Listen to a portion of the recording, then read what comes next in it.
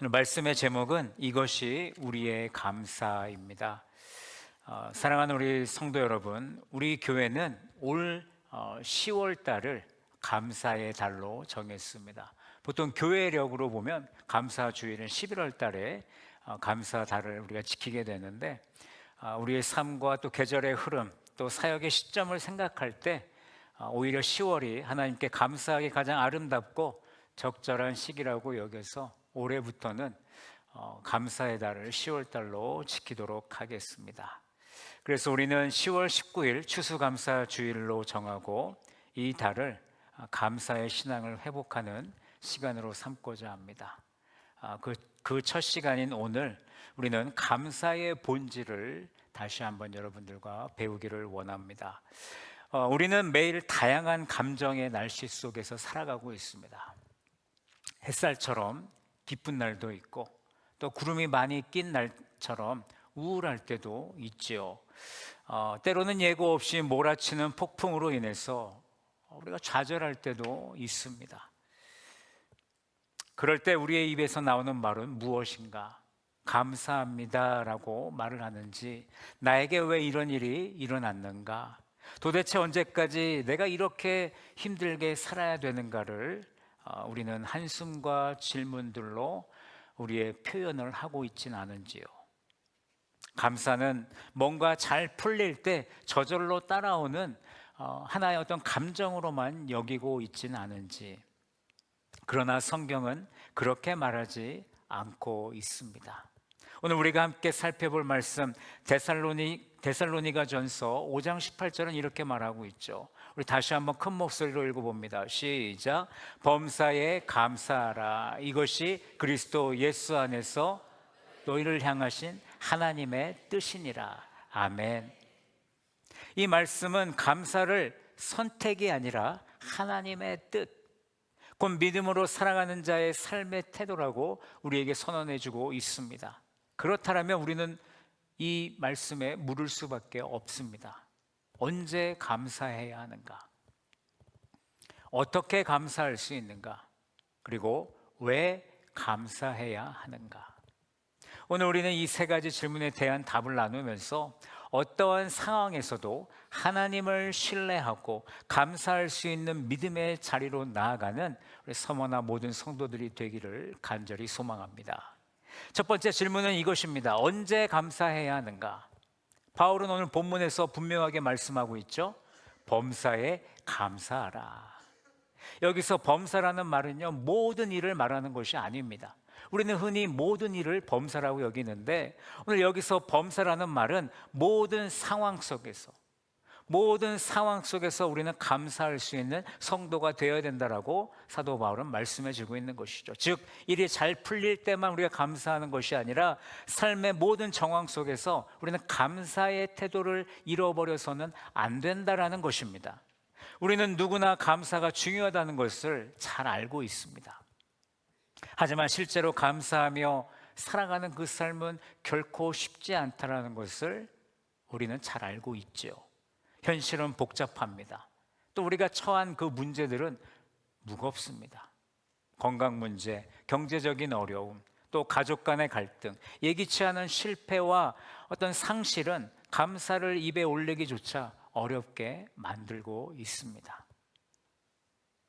우리는 욥의 이야기를 주목해 볼 필요가 있습니다. 욥은요, 7 아들과 3 딸이 있었습니다. 그리고 그는 많은 재산을 가지고 있었는데 하루아침에 다 모두 잃어버리게 됩니다.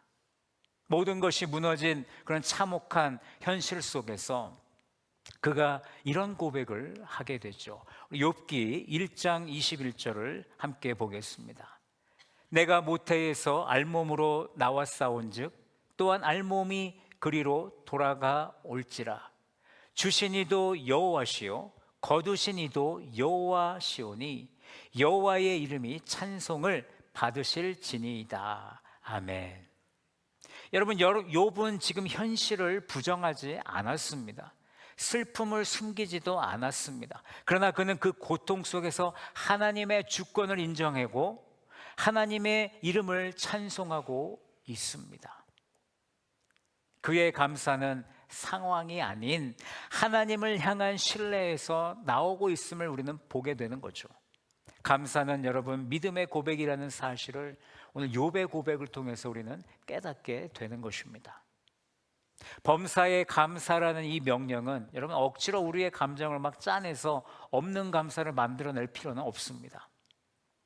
하나님은 그런 감사를 원하지 않으시죠. 오히려 그분은 우리가 믿음의 눈으로 현실을 다시 바라보기를 원하십니다. 여러분 세상은 상황에 반응합니다. 좋으면 기뻐하고 나쁘면요 불평하게 되어 있어요. 하지만 믿음의 사람은 상황보다 더 큰 하나님의 뜻과 섭리를 바라보게 되어 있습니다. 눈앞의 현실이 이해되지 않아도 이 속에서 하나님의 계획이 있음을 믿게 되는 것입니다.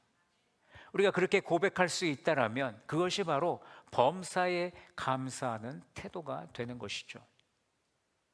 또한 우리가 살아가는 사회는 어떻습니까? 결과를 중요시 여기는 사회입니다. 가졌을 때, 성공했을 때 감사하죠. 그러나 감사는 조건이 아니라 우리의 태도라는 것입니다.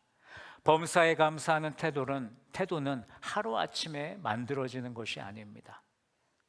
감사는 믿음의 훈련입니다.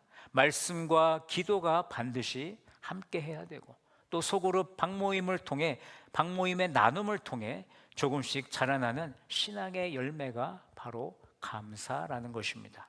작은 일에 감사하는 연습을 계속하다 보면 크고 무거운 고난 속에서도 감사할 수 있는 믿음이 자라나게 될 줄로 믿습니다. 성도 여러분, 지금 삶 가운데 감사하기 어려운 상황은 무엇입니까? 건강의 문제입니까? 자녀와 배우자와의 어떤 갈등의 상황에 처해 있습니까? 재정적인 압박이 계속해서 누르고 있습니까? 아니면 인간관계 갈등으로 힘들어 하십니까? 여러분 그 자리가 바로 믿음으로 감사할 수 있는 감사의 자리라는 것을 우리는 잊지 않았으면 좋겠습니다. 하나님은 우리에게 완벽한 상황에서 감사하라고 하지 않으셨습니다.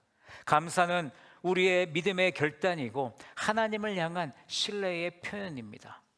우리 안에는 그런 능력이 없지만 성령께서 우리의 마음을 새롭게 하실 때 우리는 그 현실을 믿음으로 다시 해석하게 되는 것이죠.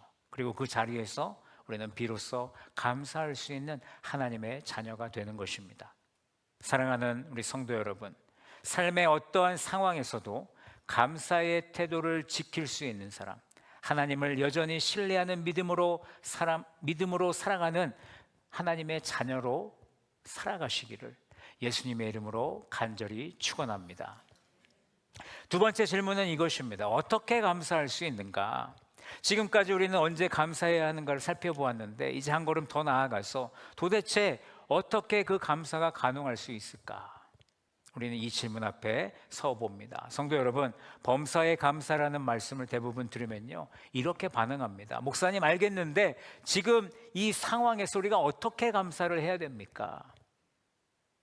바울은 이 질문을 미리 예상한 듯 데살로니가전서 5장 18절에서 그 답을 담아 놓았습니다. 다시 한번 우리 데살로니가전서 5장 18절을 읽어봅니다. 시작. 범사에 감사하라. 이것이 그리스도 예수 안에서 너희를 향하신 하나님의 뜻이니라. 아멘. 여러분 이 구절에서 어떻게 감사할 수 있는가? 바로 그 질문에 대한 그 핵심 구절이 그리스도 안에서입니다. 그리스도 안에서. 진정한 감사는요 그리스도 안에 있는 사람에게서 흘러나오는 자연스러운 반응이라는 것이죠. 그런데 사람의 본성은 감사보다는 불평에 익숙하죠. 앞에서도 나눴지 않았습니까? 우리는 조금만 불편해도 금세 원망과 불평이 나옵니다. 왜 그럴까요? 우리는 죄로 인해 하나님과 그 관계가 단절되어 있기 때문이라는 것입니다. 우리 안에는 하나님의 중심이 아니라 자기 중심의 시선이 자리 잡고 있기 때문에 우리는 어떠한 상황 가운데서도 감사보다는 원망과 불평이 먼저 튀어나오게 되어 있다는 것이죠. 하지만 예수 그리스도를 믿는 그 순간 저와 여러분들의 삶에는 놀라운 변화가 일어나게 되어 있습니다. 완전히 다른 존재가 되는 것이죠. 예수님을 믿는다는 의미를 넘어서 그분과 연합된 자로 살아간다는 의미가 바로 그 안에 담겨져 있다는 것입니다. 우리는 그리스도 안에서 어떤 존재입니까? 새로운 피조물입니다. 우리 고린도후서 5장 17절 같이 읽습니다. 시작. 그런즉 누구든지 그리스도 안에 있으면 새로운 피조물이라. 이전 것은 지나갔으니 보라 새 것이 되었느니라. 아멘. 우리는 예수님을 믿는 그 순간 새로운 피조물이 되는 것입니다. 또한 우리는요, 그리스도 안에서 정죄함이 없는 존재가 됩니다. 로마서 8장 1절 같이 읽습니다. 시작. 그러므로 이제 그리스도 예수 안에 있는 자에게는 결코 정죄함이 없나니. 아멘. 예수 안에 있으면 그 누구도 우리를 죄인이라고 부를 수 없습니다. 우리에게 정죄함이 없습니다. 또 그리스도 안에서 하늘에 속한 모든 신령한 복을 받는 자가 된다는 것입니다. 에베소서 1장 3절 다 같이 읽습니다. 시작. 찬송하리로다 하나님 곧 우리 주 예수 그리스도의 아버지께서 그리스도 안에서 하늘에 속한 모든 신령한 복을 우리에게 주시되. 아멘. 그리스도 안에 있으면요, 하늘에 속한 모든 신령한 복을 받는 자가 된다는 것이죠. 그리스도 안에서 우리는 또한 하나님의 자녀요 상속자가 되는 것입니다. 로마서 8장 17절 상반절입니다. 시작. 자녀이면 또한 상속자 곧 하나님의 상속자요 그리스도와 함께한 상속자니. 아멘. 여러분, 우리가 예수 안에 있으면 우리는 새로운 피조물, 정죄함이 없는 존재, 하늘에 속한 모든 신령한 복을 받는 자, 그리고 하나님의 자녀요 상속자. 여러분, 이 모든 표현은요, 예수 그리스도를 구원자여 주인으로 믿는 우리의 정체성을 말씀해 주는 것입니다. 중요한 것은 이 정체성은 환경이 바뀌어도, 여러분이 어떤 상황에 있다 할지라도 이 정체성은 바뀌지 않는다라는 거예요. 건강이 약해져도, 경제적인 어려움이 있어도, 관계에 문제가 있어도, 인생이 꼬이는 것 같아도 그리스도 안에 있는 우리는 여전히 하나님의 자녀이고 사랑받는 자녀가 되는 것입니다. 감사는 바로 이 정체성을 기억하는 데서 출발하게 되어 있습니다. 즉, 상황이 아니라 내가 누구인가를 알 때 우리는 하나님께 온전한 감사를 올려드릴 수 있다는 얘기입니다. 여러분, 사도행전 16장에 보시면 바울과 실라의 이야기가 나옵니다. 바울과 실라가 복음을 전하다가 매를 맞고 감옥에 갇히게 되죠. 그 상황이 얼마나 억울했을까요? 그 상황을 받아들이기가 참 어려웠을 텐데 몸은 상했고 사역은 끊겨져서 정말 감사할 조건이 아무것도 없는데 그럼에도 불구하고 그들은 감옥 안에서 하나님을 찬양하고 기도하고 있습니다. 사도행전 16장 25절 말씀에 이렇게 말씀합니다. 한밤중에 바울과 실라가 기도하고 하나님을 찬송하며 죄수들이 듣더라. 아멘. 어떻게 그들이 그렇게 할 수 있었을까? 그들은 환경을 본 것이 아니라 복음을 보았기 때문에 그들은 그들의 입술에서 찬양과 기도가 나올 수 있었던 것입니다. 감옥 안에서도 그들은 여전히 그리스도 안에 있다는 사실을 잊지 않았기 때문에 찬송과 기도가 그들의 입술에서 나왔다는 것이죠. 그렇기에 상황은 변하지 않았지만 그들의 시선은 달랐다는 것을 우리는 기억해야 됩니다. 이처럼 내가 누구인지 아는 사람은요, 흔들리는 상황 속에서도 감사의 자리를 지킬 수 있습니다. 우리가 그리스도 안에 있다는 그 진리를 믿는 믿음이 필요한 이유가 바로 여기에 있습니다. 우리의 삶의 사건들과 상황들을 전혀 보이는 그대로 받아들이지 않고 복음 관점에서 해석하도록 도와주기 때문입니다. 여러분, 고난은 무엇입니까? 하나님의 징벌이 아니라 우리의 삶의 성숙을 위한 훈련으로 바라볼 수 있게 되는 것이고요. 실패는 끝이 아니라 하나님의 인도하심 속에 있다라는 그런 믿음을 우리에게 주는 것이고요. 지체되는 기도의 응답은 더 깊은 하나님과의 교제를 위한 초대라고 우리는 응답되지 않는 기도를 바라볼 때마다, 생각할 때마다 그렇게 여기면서 더욱더 기도의 자리를 찾게 된다라는 것입니다. 복음이 우리 안에 깊이 자리 잡을수록 우리는 상황의 흐름에 휩쓸리지 않습니다. 그리스도 안에서 모든 것을 해석하게 되기 때문에 그 해석 속에서 고통조차도 감사의 제목이 된다라는 것이죠. 세상은 감사의 조건을 어디에서 찾습니까? 보여지는 것에서 찾습니다. 더 좋은 직장, 더 많은 재산, 더 건강한 우리의 육신. 그런데 이 조건들은 언제든지 바뀔 수 있는 것입니다. 그 외부 조건에 기대어서 감사하는 삶은요, 어떤 마음일까요? 항상 롤러코스터를 타는 불안한 마음을 가지고 하루하루를 살아갈 수밖에 없다는 것입니다. 하지만 그리스도 안에서의 감사는 무엇입니까? 내면의 방향성이 있다는 거예요. 영적인 방향성이 있다는 것입니다. 상황은 흔들려도 그리스도 안에 뿌리를 내린 사람은요, 평안과 감사의 열매를 맺으면서 살아가게 된다는 것이죠. 성도 여러분, 나는 지금 환경에 따라서 감사하고 있습니까? 아니면 복음 때문에, 나의 믿음 때문에, 예수 그리스도가 내 안에 있기 때문에 감사하고 있습니까? 어떤 성도는 건강이 나빠지면요, 금방 감사가 사라집니다. 어떤 성도는 관계에 문제가 생기면 신앙생활에 문제가 생겨요. 그러나 복음은 이렇게 묻고 있습니다. 그럼에도 너가 받은 구원이 사라졌는가? 그리스도 안에 있다라는 진리가 흔들리고 있는가라고 물을 겁니다. 그럴 때 우리의 대답은 무엇입니까? 아니요라고 대답해야죠. 왜요? 우리에게는 예수 그리스도 안에 있는 믿음이 있기 때문입니다. 어떠한 상황에서도 감사할 수 있는 이유가 분명히 있는 사람들이기 때문에 우리는 아니요라고 대답해야 된다는 거예요. 감사는 복음을 아는 사람의 정체성입니다. 주님 안에서 오늘도 상황을 이기고 감사하는 삶을 선택하는 우리 서머나 모든 성도들이 되시기를 간절히 축원합니다. 마지막 질문은 왜 감사해야 하는가? 우리는 지금까지 언제 감사해야 되는지, 그리고 어떻게 감사할 수 있는지를 함께 나누었습니다. 그리고 이제 마지막으로 던져야 될 질문이 왜 감사해야 하는가?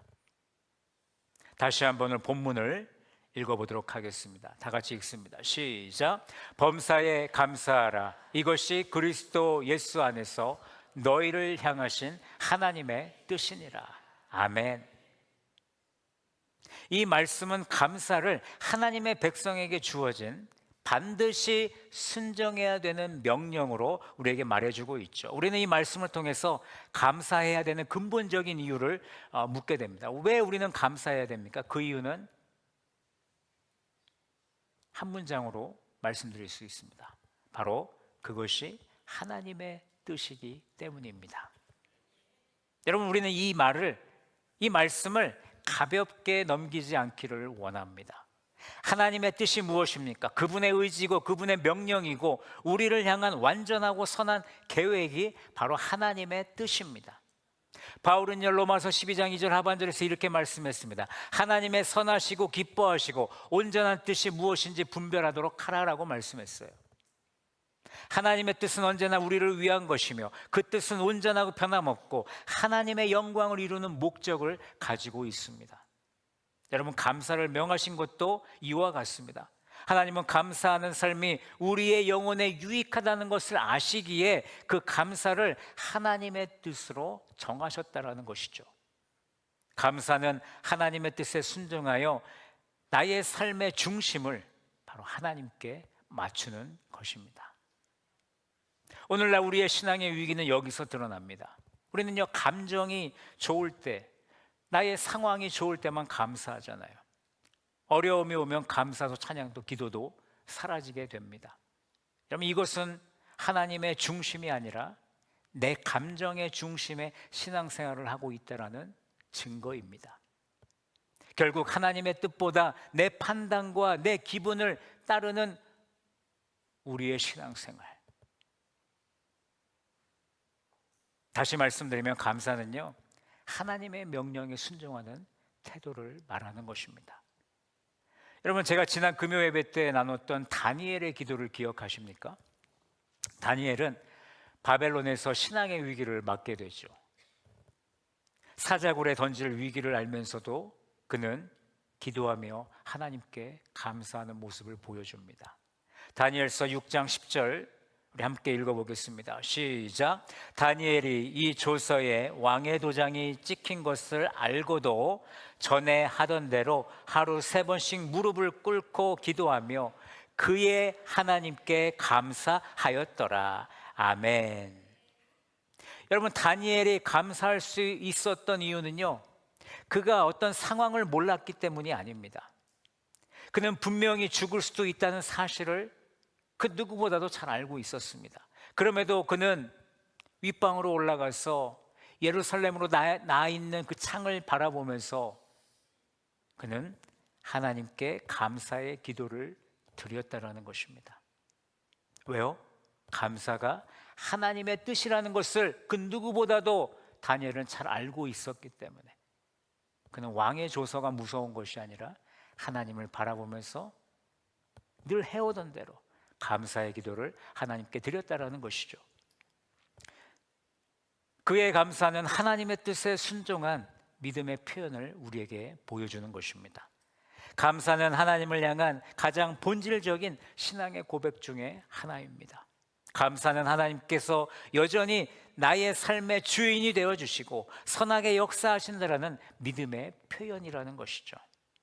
여러분, 하나님께서 우리에게 감사하라고 하신 이유는 그 감사 속에서 우리가 하나님을 더욱 깊이 신뢰하고 의지하기 때문입니다. 하나님은 감사하는 사람을 통해서요, 자신의 뜻을 이루어 가십니다. 여러분, 감사가 많은 인생은요, 하나님의 뜻이 선하다는 그 사실을 삶으로 보여주는 간증과도 같습니다. 여러분, 주변에 감사로 삶을 보여주는 성도들을 보십시오. 그 성도들의 특징은 무엇입니까? 하나님의 뜻에 자신을 복종합니다. 자기 중심적인 감정과 판단을 내려놓고 하나님이 원하시는 것이 무엇인지를 먼저 구하게 되어 있습니다. 그리고 감사할 수 없는 상황에서도요, 하나님의 뜻이라면 내가 순종하겠습니다라는 그 믿음을 가지고 있다라는 것이죠. 그렇게 감사는 믿음을 따라 순종할 때 따라오는 열매가 되는 것입니다. 여러분, 감사로 순종하기 시작하면 삶의 여러 영역에 놀라운 변화가 일어나게 됩니다. 여러분, 기도는 더 이상 어떤 나의 부탁의 어떤 기도가 아니라 하나님의 뜻을 향한 기대감으로 반드시 바뀌게 되어 있습니다. 우리는 보통 기도할 때 하나님 뭐 주세요, 이거 해주세요 라고 기도하지만 하나님이 원하시는 그때에 하나님의 뜻을 이루어달라는 하나님께 모든 것을 맡기는 기대감이 생기게 된다는 것이죠. 예배는 삶을 드리는 감사의 제사가 됩니다.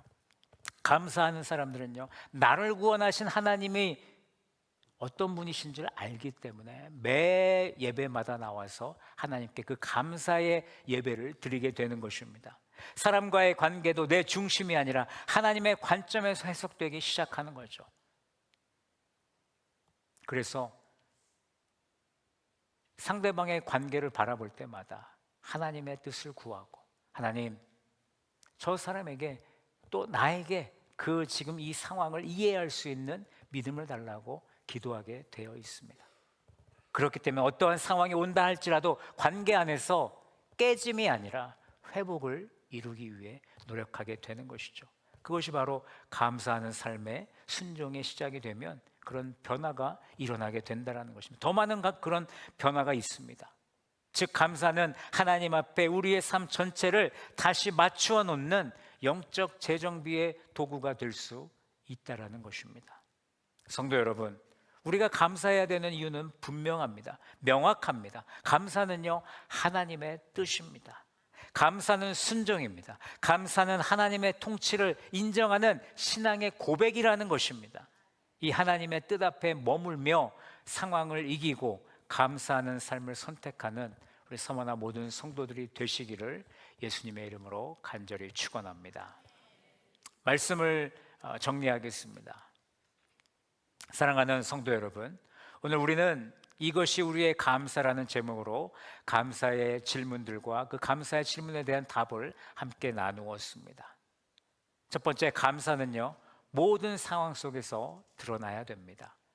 감사는 내 형편이 좋아서가 아니라 하나님이 여전히 나의 주권자이심을 인정하는 믿음의 태도입니다. 두 번째, 감사는요, 그리스도 안에서 가능한 것입니다. 그리스도 안에서만 온전한 감사가 가능하다는 것입니다. 감사는 복음 안에서 새롭게 된 자에게 주어지는 은혜의 반응이라는 것이죠. 세 번째, 감사는 하나님의 뜻입니다. 감사는 선택이 아니라 순종이고 하나님의 뜻에 나를 맞추는 신앙의 결단이라는 것입니다.